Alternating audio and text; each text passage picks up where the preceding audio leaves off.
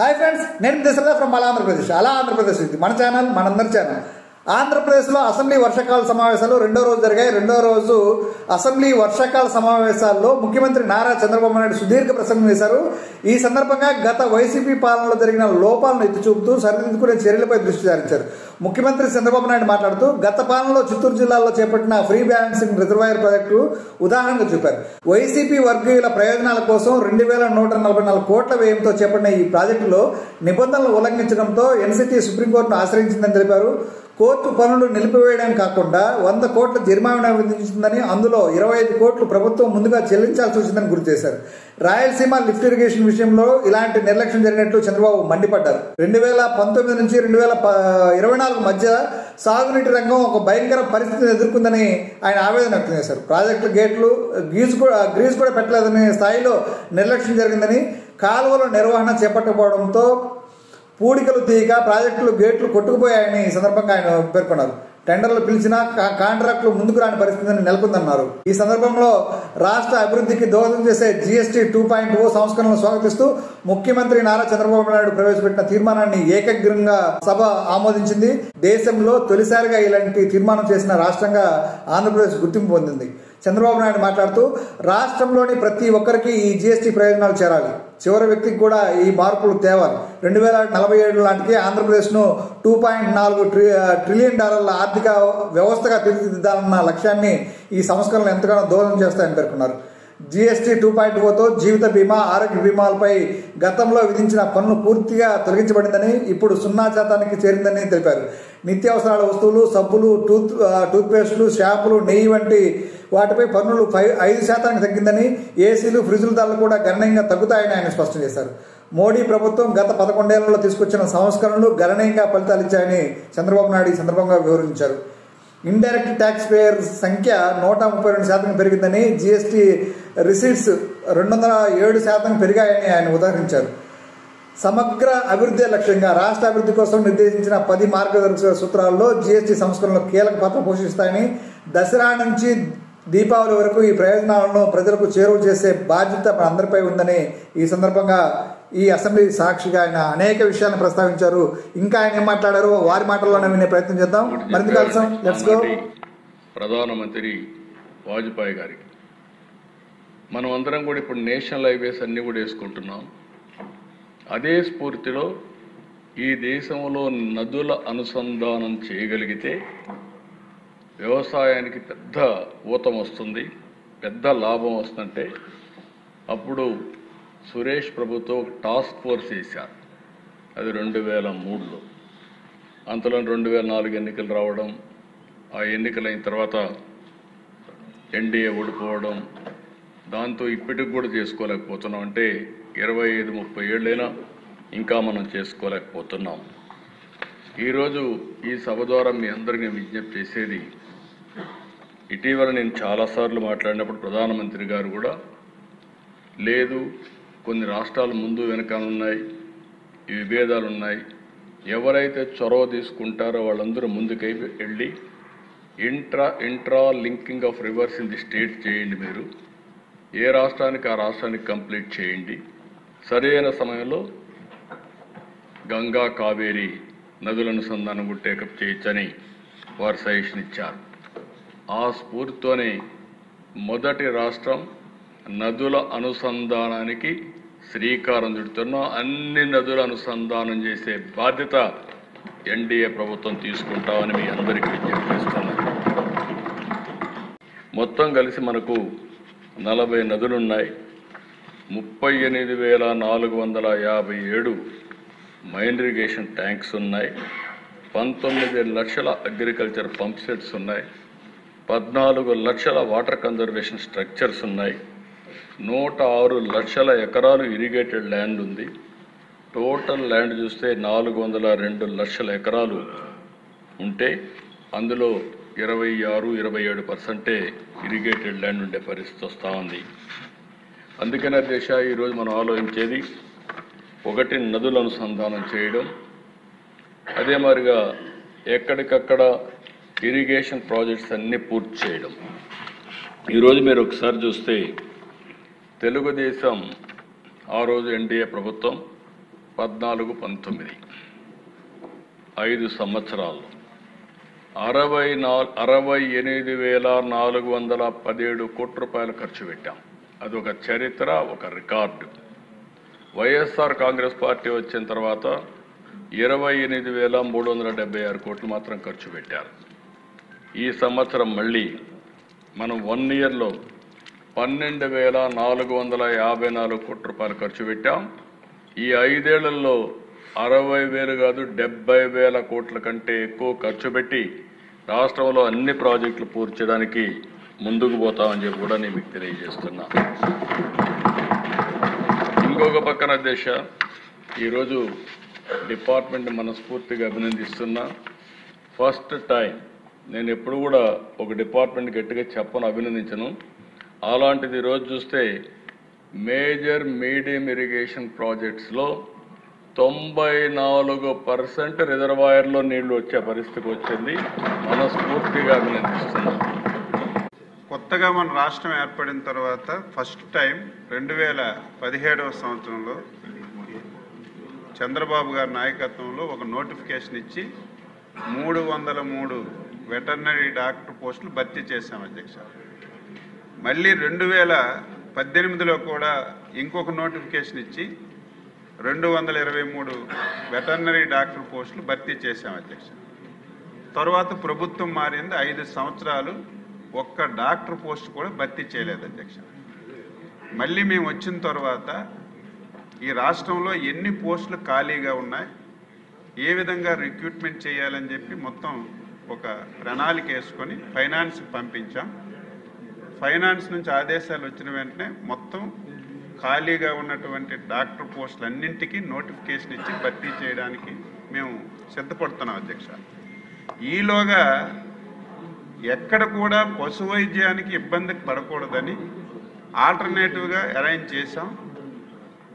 ఎవరైతే గ్రామ స్థాయిలో దాదాపుగా 6,137 మంది వెటర్నరీ అసిస్టెంట్స్ ఉన్నారు అధ్యక్ష. ప్రతి గ్రామంలో కూడా ఉన్నారు. ఇందులో హైలీ క్వాలిఫికేషన్ వాళ్ళు కూడా ఉన్నారు. ఏదైతే బీవీఎస్ చేసేవాళ్ళు, ఎంఈఎస్ చేసేవాళ్ళు ఉన్నారు. అందులో వాళ్ళందరినీ తీసుకొని ఏ హాస్పిటల్లో కూడా డాక్టర్ లేడనే విధానం లేకుండా, ఎక్కడ కూడా పశు వైద్యానికి ఇబ్బంది లేకుండా ఏర్పాట్లన్నీ కూడా చేశాం. ప్రస్తుతానికైతే ఆ సమస్య లేదు. ఎవరైనా సరే ఇంకా ఈ హాస్పిటల్లో అంటే అన్ని హాస్పిటల్లో డాక్టర్లు ఉంటారు, విధానం ఉంటుంది. ఒక హాస్పిటల్లో డాక్టర్ ఉంటాడు, ఒక హాస్పిటల్లో వెటర్నరీ అసిస్టెంట్ ఉంటాడు. అలాగే 2-3 కేటగిరీలు ఉన్నాయి అధ్యక్ష. మళ్ళీ నేను ఒకసారి ఎక్కడ కూడా డాక్టర్ లేడనే సమస్య లేకుండా అన్ని ఏర్పాటు చేయడానికి నేను అన్ని విధాల ప్రయత్నం చేస్తామని తెలియజేస్తున్నాను. రెండవది, హాస్పిటల్స్ టోటల్గా మరమ్మత్తు అయిన ఉన్నాయి అధ్యక్ష. కొన్ని దగ్గర హాస్పిటల్స్ ఉన్నాయి కానీ భవనాలు కూడా లేవు, ప్రైవేట్ ప్లేసుల్లో కూడా నడుపుతున్నారు. నేను వచ్చిన తర్వాత ఎమ్మెల్యేలు చాలామంది నాకు రిప్రజెంటేషన్స్ కూడా ఇచ్చారు. నేను డిపార్ట్మెంట్ నుంచి కూడా ఎక్కడ హాస్పిటల్ లేదు, ఎక్కడ హాస్పిటల్ రిపేర్ చేయాలనేది మొత్తం ఇన్ఫర్మేషన్ అంతా తీసుకొని సుమారుగా 434 కొత్త హాస్పిటల్స్ ఉన్నవన్నీ కూడా మరమ్మతులు చేయడానికి ఆర్ఐడిఎఫ్ మనం ఏదైతే నాబార్డు ఉందో అందులో ప్రతిపాదనలు పంపించాం. త్వరగా శాంక్షన్స్ వస్తే అవన్నీ కూడా భర్తీ చేయడానికి, నిర్మించడానికి ప్రయత్నం అంతా చేస్తాను అధ్యక్ష. ప్రభుత్వం ఎక్కడ కూడా దాని మీద తాత్సారం చేయాలనో లేకపోతే దాని మీద పట్టించుకోకూడదని ఎక్కడా లేదు అధ్యక్ష. మేము ఎవరు చెప్పకముందే ఎంక్వైరీ చేశాం. కాబట్టి ఇప్పుడు ఏదైతే గౌరవ సభ్యులు చెప్పారో తప్పకుండా డిపార్ట్మెంట్గా ఎంక్వైరీ చేసి ఈ జిఎస్టీకి సంబంధించి చెప్పారో వెంటనే జిఎస్టీ డిపార్ట్మెంట్కి ఈ ట్రాన్సాక్షన్ సంబంధించిన సమాచారం అంతా తెలియజేసి వారి తరపు నుంచి తగు చర్యలు తీసుకోమని చెప్పి సూచిస్తాం అధ్యక్ష. అదేవిధంగా ఏదైతే ఇర్రెగ్యులర్ అపాయింట్మెంట్స్ ఉన్నాయో వాళ్ళందరూ కూడా చాలామంది డిస్కంటిన్యూ చేయటమో లేకపోతే రిజైన్ చేయటమో చేశారు అధ్యక్ష. ఇంకెవరన్నా ఆ ఇర్రెగ్యులర్ అపాయింట్మెంట్స్లో ఎవరైనా కొనసాగుతుంటే వెంటనే తీసేయటం కూడా జరుగుతుంది అధ్యక్ష. అదేవిధంగా అప్పుడున్న అధికారులు ఎవరైనా కంటిన్యూ అవుతుంటే వారి మీద కూడా డిపార్ట్మెంట్ పరంగా ఏ విధంగా చర్యలు తీసుకోవాలో తీసుకుంటామని చెప్పేసి కూడా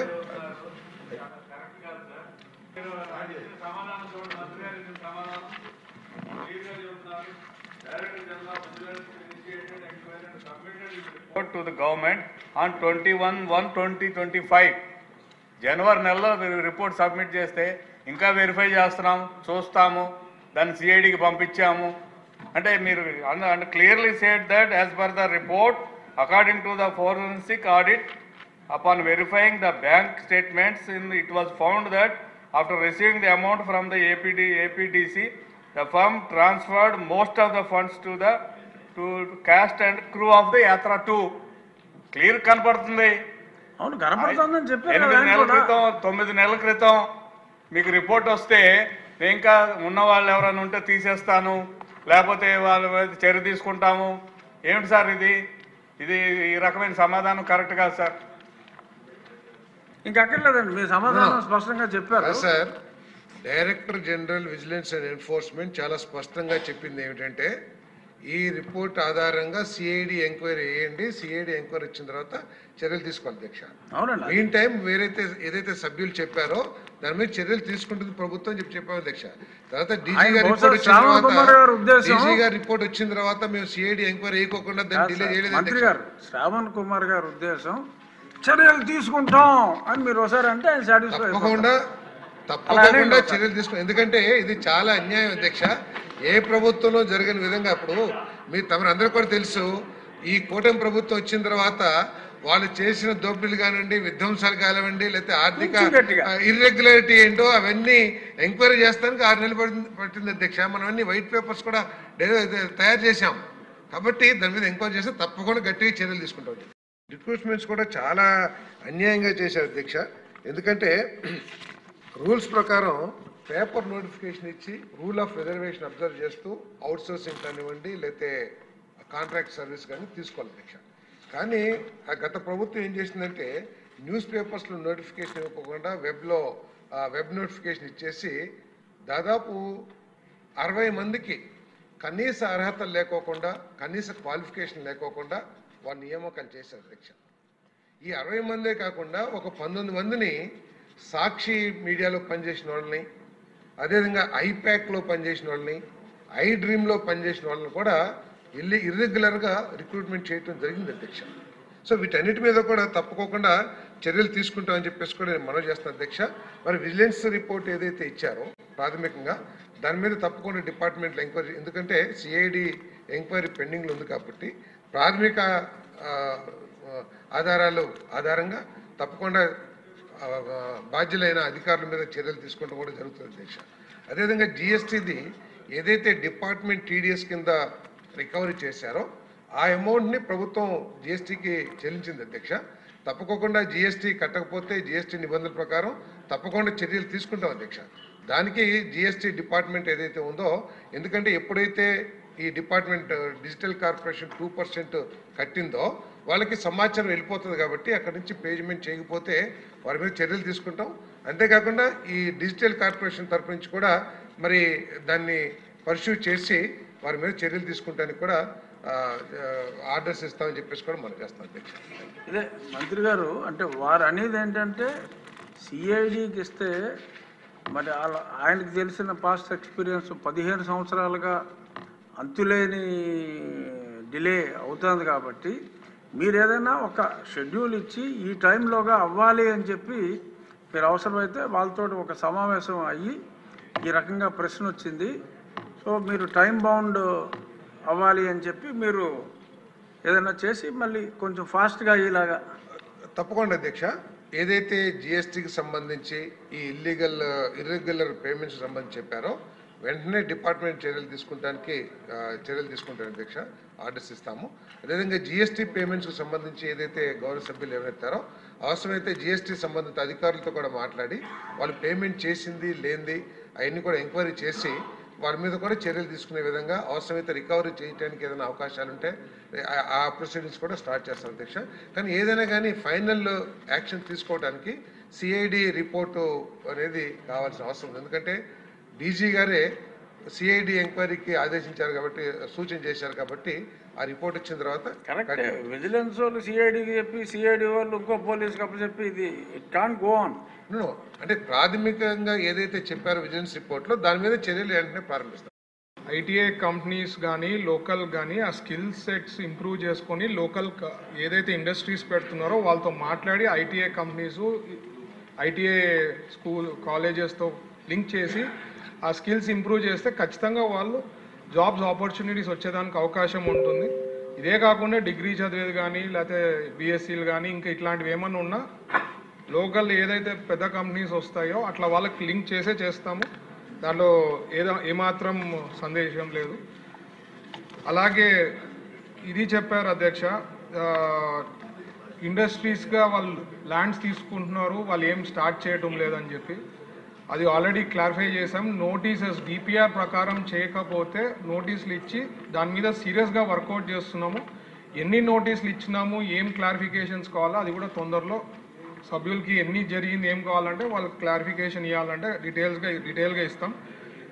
అలాగే రిలయన్స్ది సభ్యులు అడిగారు, రిలయన్స్ది నెల్లూరులోది అది కూడా ఇండస్ట్రియల్ పార్క్గా కన్వర్ట్ చేయాలనే ఆలోచన ఉంది. వాళ్ళు ప్లాన్ పెట్టాలనుకున్నారు, వేరియస్ ఇష్యూస్ జరిగింది, వాళ్ళు చెప్పినట్లు ఈడీ ప్రాబ్లమ్స్ అవన్నీ జరిగినాయి. బట్ ఇండస్ట్రియల్ పార్క్ ఎందుకంటే ఇప్పుడు ఇండస్ట్రియల్ పార్క్స్ డెవలప్ చేస్తున్నాయి, ఇండస్ట్రియల్ అట్రాక్షన్ ఉంది కాబట్టి వచ్చేదానికి ఆంధ్రప్రదేశ్కి అది కూడా ఇండస్ట్రియల్ పార్క్గా వాళ్ళు ప్రపోజల్ ఇస్తే అది కానీ క్లియర్ చేస్తే అక్కడ కూడా ఇండస్ట్రీస్ వచ్చేదానికి అవకాశం ఉంటుంది. Thank you. ధన్యవాదాలు. క్వశ్చన్ జలకళ ఎక్కడికక్కడ ఉట్టి పడతా ఉంది.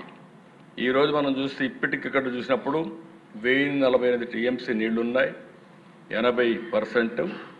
అదే కాకుండా కొన్ని వర్షాలు బాగా వస్తున్నాయి, అందుకని ఎక్కడికక్కడ గ్యాప్ పెట్టాలి, ఫ్లడ్ క్వశ్చన్ పెట్టుకోవాలి గట్టి క్వశ్చన్ పెట్టారు. అల్టిమేట్గా అవి ఫ్లడ్ తగ్గతానే అవి ఫిలప్ చేస్తారు కాబట్టి మొత్తం ఇప్పటికీ 74% పూర్తయింది ఉన్నాయి. ఇది ఒక వినూత్నమైన కార్యక్రమం. కొన్ని ప్రాజెక్టులు కొన్ని ఇబ్బందులు వచ్చాయి. తుంగభద్ర గేట్స్ కొట్టుకొని పోయినాయి, మొన్నే నిలిపాం. 25 టీఎంసీ నీళ్లు తగ్గించాల్సి వస్తూ ఉంది. పిఏబిఆర్ ఒక 5 టీఎంసీ నీళ్లు తగ్గించాల్సి వస్తూ ఉంది. ఎందుకంటే అక్కడ సేఫ్టీ ఆఫ్ ది డ్యామ్ ఇవన్నిటి కోసం దాన్ని కూడా స్టడీ చేస్తున్నాం. అలగనూరు ఒక 3 టీఎంసీ తగ్గించే పరిస్థితికి వచ్చాం. అన్నమయ్య ఆ రోజు కొట్టుకొని పోతే పట్టించుకోని పరిస్థితి, దానివల్ల 2.4 టీఎంసీ నీళ్లు అక్కడ కూడా తగ్గే పరిస్థితి వస్తూ ఉంది. అదే మరి సోమశిల కందలేరు పోయినసారి నీళ్లు బ్రహ్మాండంగా పెట్టాం, ఈసారి కూడా పెడుతున్నాం. అక్కడుండే ప్రత్యేకమైన పరిస్థితి ల్యాండ్ అక్విజిషన్ ఇవన్నీ కూడా ఒక 11 టీఎంసీ నీళ్లు పెండింగ్ ఉండే పరిస్థితి వస్తూ ఉంది. అయితే ఇక్కడుండే సభ్యులందరికీ నేను ఒకటే విజ్ఞప్తి చేస్తున్నా, ఒక సాగునీరు అంటే వాటర్ రిసోర్స్ అంటే ఒక మేజర్ ఇరిగేషన్ మైన్ ఇరిగేషనే కాదు. మనం అందరం గుర్తుపెట్టుకోవాల్సింది, నేను చాలా ప్రయత్నాలు చేశాను దీని మీద. సుదీర్ఘమైన రాజకీయాల్లో మీరు చూస్తే సాగునీటి ప్రాజెక్టుల కింద మేనేజ్మెంట్ కోసం వాటర్ యూజర్స్ కమిటీలు కూడా క్రియేట్ చేశాం. ఆ రోజు చాలా వరకు స్టేక్ హోల్డర్స్ కమిటీస్ అన్ని మనం క్రియేట్ చేశాం. అంటే లబ్ధిదారులనే మెంబర్లుగా చేసి వాళ్ళకు ఒక మేనేజ్మెంట్ కమిటీ ఇచ్చి వాళ్లే మేనేజ్ చేసుకోవడానికి సాగునీటి సంఘాలు తీసుకొచ్చాం. ఈరోజు 5 ఏళ్ళు వీళ్ళు లేకపోతే మొన్న వస్తానే సాగునీటి సంఘాలన్నీ పూర్తి చేశాం. ఆ రోజు ప్రారంభించిన డాక్రా సంఘాలు ఈరోజు చూస్తే 20,000 కోట్ల రూపాయలు కార్పస్ ఉంది, 50,000 కోట్ల రూపాయలు అప్పు తీసుకుంటున్నారు. వాళ్ళ యొక్క రీపేమెంట్ చూస్తే డిఫాల్టర్స్ 0.02% డిఫాల్టర్స్ ఉన్నారు. అంటే దేశంలో ప్రపంచంలో ఎక్కడ కూడా తిరిగి 100% పే చేశారంటే అది ఒక్క ఆంధ్రప్రదేశ్లో ఉండే డాక్రా సంఘాలు మాత్రం పే చేయగలిగారు. అది వాళ్ళకి ఉండే మోటివేషన్. ఎమ్మెల్యేలు మీ నియోజకవర్గంలో జలాశయాల్లో నీళ్లు ఒక ఎత్తు, భూగర్భ జలాలు పెంచడం రెండో ఎత్తు. గ్రౌండ్ వాటర్ పెంచాలి, భూగర్భ జలాలు పెంచడం రెండో ఎత్తు, గ్రౌండ్ వాటర్ పెంచాలి. ఈ ప్రభుత్వం ఒక విధానాన్ని తీసుకున్న మనందరం ఏదైతే రెయినీ సీజన్లో కానీ అదే మరిగా ప్రీ మాన్సూన్ అంటే పోస్ట్ మాన్సూన్ ప్రీ మాన్సూన్ వర్షాకాలం అయిన తర్వాత మళ్ళీ వర్షాకాలం కంటే ముందు 3 మీటర్లు వర్షాకాలం తర్వాత ఉండాలి. అదే మాదిరిగా మళ్ళీ వర్షాలు పడే ముందుకి 8 మీటర్లు ఉండాలి. 5 మీటర్లే మనం వాడుకోవాలి. అది వాడుకుంటే ఒక 700 టీఎంసీ నీళ్లు భూగర్భ జలాలు పెరుగుతాయి. ఈరోజు 1000 అడుగులకు వెళ్ళిపోతూ ఉంది. 1000 అడుగులంటే మీరు అర్థం చేసుకోవాల్సిన అవసరం ఉంది. దీనివల్ల విపరీతంగా కరెంట్ ఛార్జీలు ఒక పక్కనైతే ఎన్విరాన్మెంట్ కూడా ఇంబ్యాలెన్స్ అయ్యే పరిస్థితి వస్తూ ఉంది. అందుకే దీనికోసం ఈ సంవత్సరం మీరు చూస్తే మన దగ్గర రెయిన్ఫాల్ తక్కువ పడింది. 2.1% ఇప్పటికి కూడా రెయిన్ఫాల్ తక్కువ. పోయిన సంవత్సరం 18% సర్ప్లస్ రెయిన్ఫాల్ పడింది.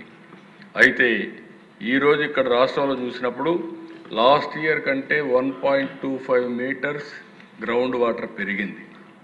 వాటర్ మేనేజ్మెంట్ సమర్థవంతంగా పనిచేసిన దానివల్ల 1 సెప్టెంబర్ 2025 చూస్తే 8.43 మీటర్స్లో మన దగ్గర ఉంది.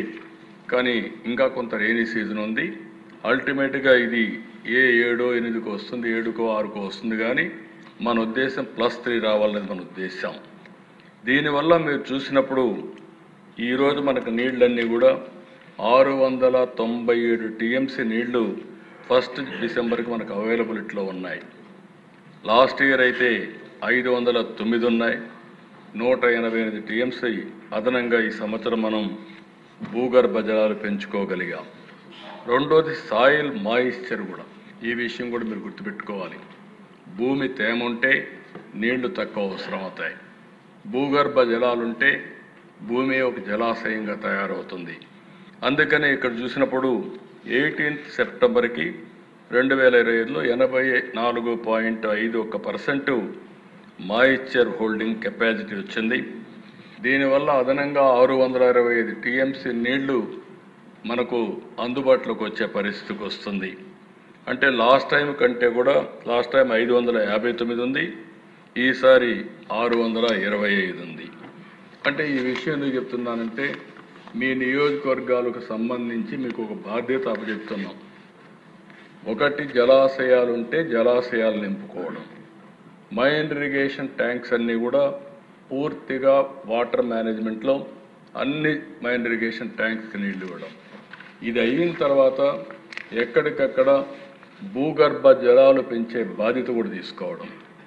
ఒకప్పుడు చాలా ప్రయత్నాలు చేసాం అధ్యక్ష. కంటూర్ ట్రెంచెస్ కొట్టాం.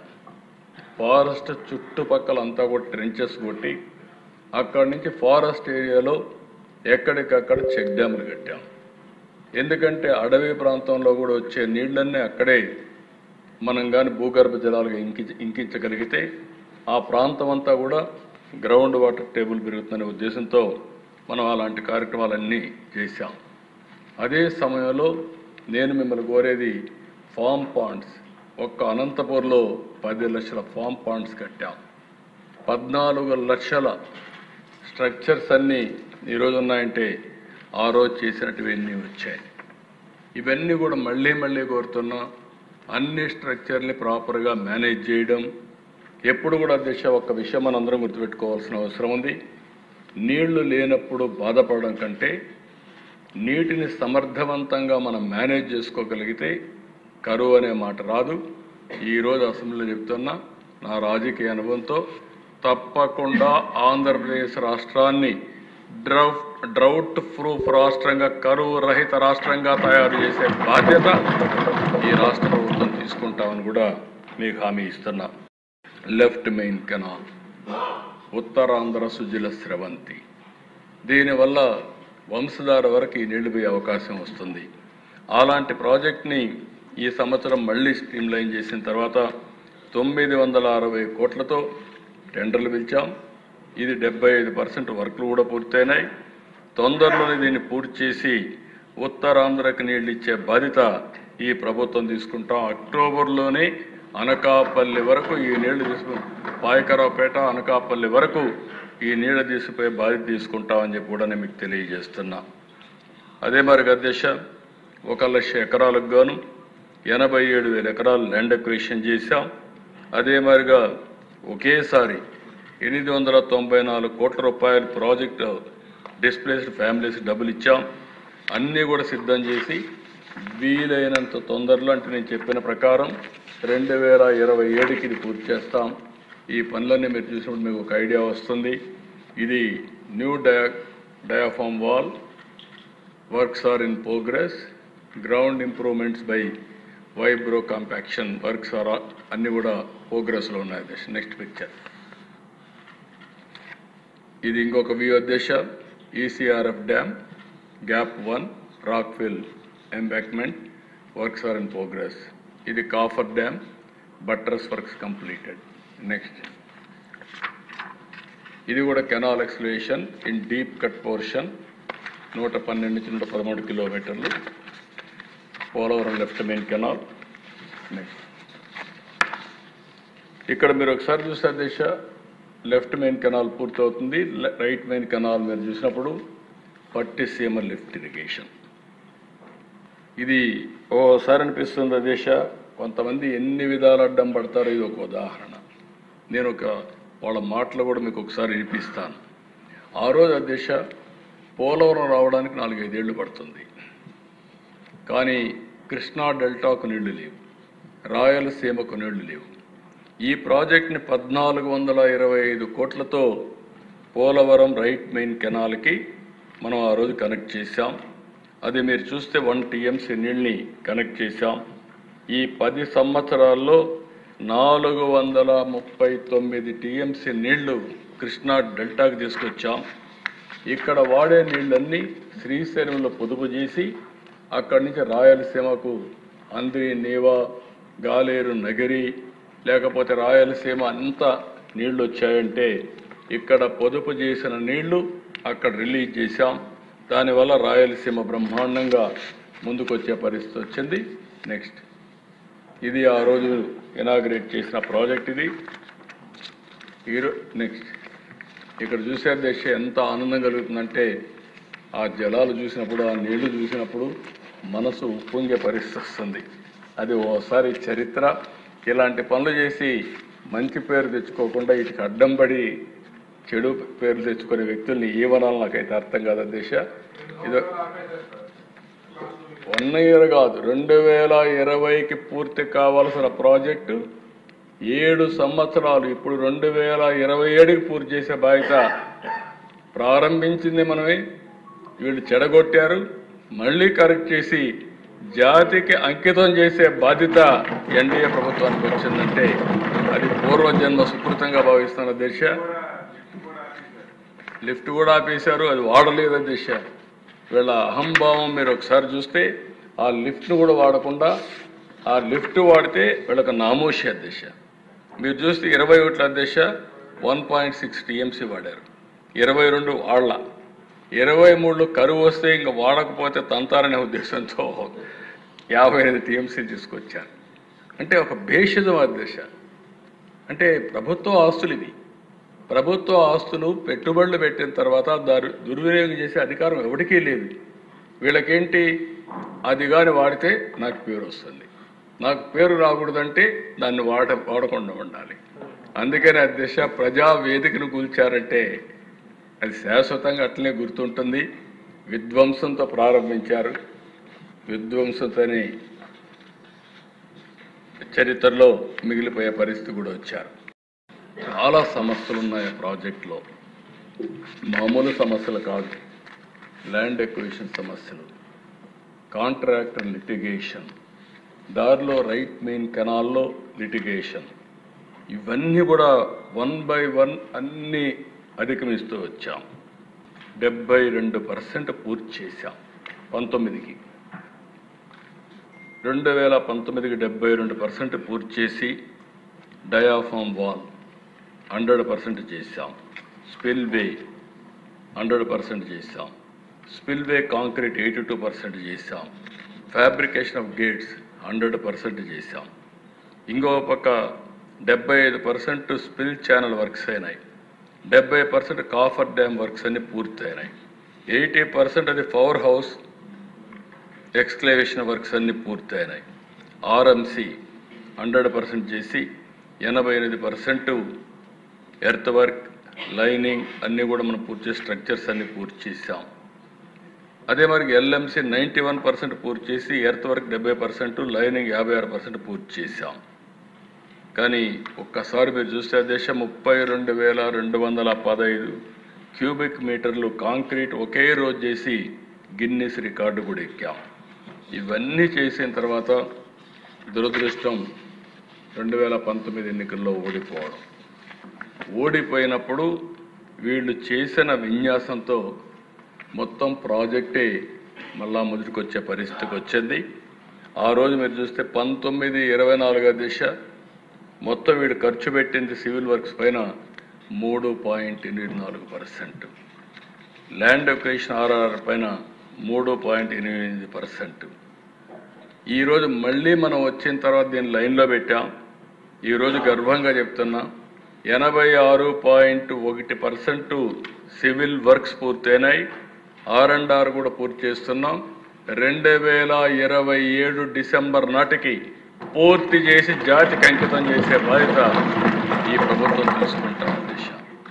ఈ పనులు చేయకపోతే పోయారు. కానీ డయాఫామ్ వాల్ అయితే 400 కోట్ల రూపాయలతో డయాఫామ్ వాల్ పూర్తి చేస్తే 2 సీజన్లో పూర్తి చేస్తే వీళ్ళు వచ్చిన తర్వాత ఒక్కొక్కసారి అసమర్థ ప్రభుత్వం వస్తే ఏం జరుగుతుందని ఒక ఉదాహరణ, డయాఫామ్ వాల్ పూర్తిగా కొట్టుకోబోయే పరిస్థితి వచ్చింది.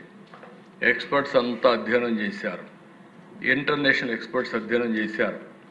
పోలవరం చాలా ఫెరోషియస్ ప్రాజెక్ట్. అది ఓసారి 500 టీఎంసీ నీళ్లు ఒకేసారి వస్తాయి. అంటే ఇంత పెద్ద ప్రవాహం వచ్చే ప్రాజెక్ట్ ఏది ఉండదు. అంత ఉధృతంగా వచ్చినప్పుడు ఎలాంటి చిన్న లోపం ఉన్నా మళ్ళీ దెబ్బతింటామనే ఉద్దేశంతో వాళ్ళు మళ్ళీ కొత్తగా డయాఫామ్ వాల్ చేయమంటే ఆ డయాఫామ్ వాల్ ప్రారంభించాం. కేంద్రం చాలా స్పష్టంగా మీరు అనవసరంగా కాంట్రాక్టులు మారుస్తున్నారు, మనుషులు మార్చేస్తున్నారు, ఈ ప్రాజెక్ట్ చాలా ప్రమాదమైన ప్రాజెక్టు, ఇలాంటి సమయంలో సున్నితమైన ప్రాజెక్ట్ని ఈ విధంగా చేయడం మంచిది కాదు, వెయిట్ చేయమని చెప్పినా వినకుండా ఇష్టానుసారంగా చేసి కడాన దాన్ని మునిగిపోయే పరిస్థితి వస్తే ఇప్పుడు 400 కోట్లతో కట్టిన డయాఫామ్ వాల్కి 1000 కోట్లు ఖర్చు పెట్టే పరిస్థితికి వచ్చాం. అదనంగా 1000 కోట్లు అయింది. టైం అంతా ఇదయింది. వచ్చిన తర్వాత ఇప్పటికి మళ్ళీ స్పీడప్ చేసి 52% పూర్తి చేశాం. డిసెంబర్ 25 నాటికి డయాఫామ్ వాల్ పూర్తవుతుందని ఈ హౌస్ ద్వారా రాష్ట్ర ప్రజానీకానికి విజ్ఞప్తి చేస్తున్నానని చెప్పి కూడా నేను మీకు తెలియజేస్తున్నాను. అన్ని పనులు కూడా ముందుకు తీసుకుపోతున్నాం. అందరి నీవా ఒకసారి 87లో ఎన్టీ రామారావు గారు అందరి నీవా సంకల్పించారు. అప్పట్లో మనందరం కూడా ఒకసారి గుర్తుపెట్టుకోవాలి, ఒక ఇంజనీర్ శివరామకృష్ణయ్య 1.5 సంవత్సరం ఆయన భార్య నేరుగా వెళ్ళిపోయి హంద్రి నీవా ఎక్కడెక్కడ వస్తుందో మొత్తం మైల్ స్టోన్స్ వేయించారు. అప్పుడు అందరూ నవ్వారు. ఈరోజు దేశ 738 కిలోమీటర్లు మారాల నుంచి నేరుగా మల్యాల నుంచి నేరుగా కుప్పానికి నీళ్లు తీసుకొచ్చి నిన్న పూర్తి చేశామంటే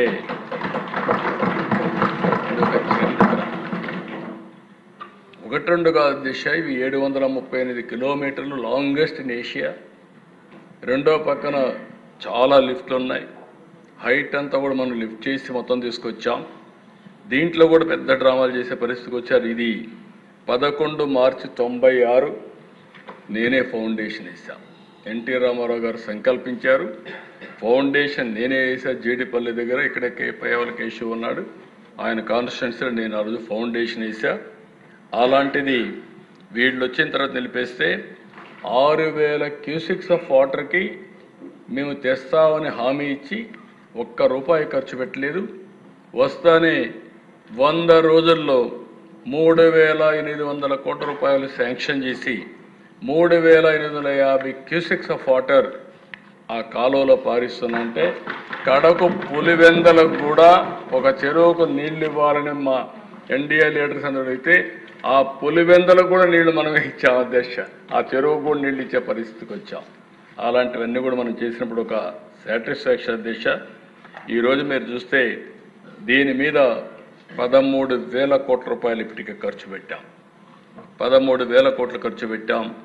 40 టీఎంసీ నీళ్లు తీసుకొచ్చే పరిస్థితి వస్తుంది. 498 మైన్ ఇరిగేషన్ ట్యాంక్స్కి నీళ్లు ఇస్తున్నాం. 61 ట్యాంక్స్ ఇప్పటికే ఫుల్ అయినాయి. 138 టీఎంసీ 138 ట్యాంకులు పార్షియల్గా ఫుల్ అయినాయి. ఇంకొక పక్కన దారి పొడుగున మీరు చూస్తే అనేక రిజర్వాయర్లు 7 టీఎంసీ నీళ్లు పూర్తి చేసే విధంగా 6 రిజర్వాయర్లు పూర్తి చేశాం. అన్ని రిజర్వాయర్లు కూడా నీళ్లు వచ్చే పరిస్థితి వచ్చింది దేశ. ఇది ఒక కరువు సీమలో ఒకసారి మీరు చూస్తే నెక్స్ట్ ఇది ప్రారంభం చేశాం, వాటర్ రిలీజ్ చేశాం 17 జూలై 2025. నెక్స్ట్ ఇది జలహారతి పరమసముద్రం ట్యాంకుకి నీళ్లు వచ్చిన రోజు దిశ. అది చూస్తే చాలా సంతోషం కలిగింది నాకు. 8 సార్లు ఓట్లేసిన కుప్పానికి నీళ్లు తీసుకుపోయి అక్కడ జలహారతి ఇచ్చానంటే నా జన్మ సార్థకమైందని భావించాను. అలాంటి ప్రాజెక్ట్ ఇది. నెక్స్ట్ ఈ ఒకప్పుడు వీళ్ళు ఈ మారీ చేసిపోతే లైనింగ్ అవన్నీ చేసి నీళ్లు తీసుకుపోయిన విధానం. నెక్స్ట్ ఇవన్నీ కూడా ఎక్కడికక్కడ వాటర్ అంతా వర్క్స్ అన్ని కంప్లీట్ చేసి నీళ్లు తీసుకెళ్ళాం.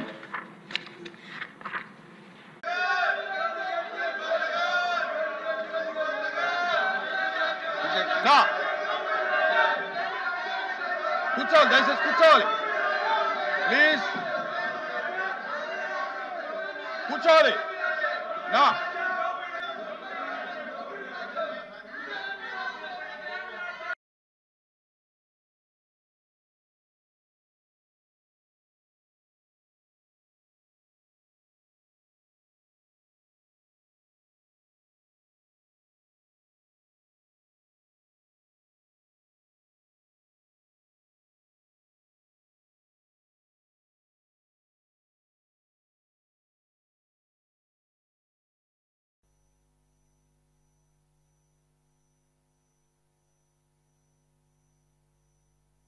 Three balancing reservoirs in Chittoor district తీసుకొచ్చారు.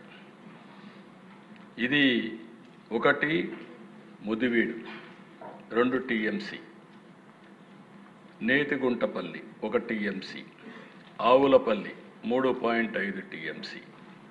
ఈ మూటి కూడా 2144 కోట్ల రూపాయలు ఎస్టిమేషన్ చేసి వీళ్ళందరూ టెండర్ కోసం వీళ్ళ మనుషుల కోసం ఇచ్చుకోవాలి గట్టి ఇచ్చేశారు. కన్సర్న్ మినిస్టరే వైలేట్ చేశారు. అప్పుడు ఎన్జిటి సుప్రీంకోర్టుకు పోతే వాళ్ళు వర్క్ స్టాప్ చేసి 100 కోట్ల రూపాయలు ఫైన్ వేసి 25 కోట్లు కట్టమంటే వీళ్ళు చేసిన తప్పుకి రాష్ట్ర ప్రభుత్వం 25 కోట్లు ఫైన్ కట్టింది. చేసింది తప్పు వీళ్ళు.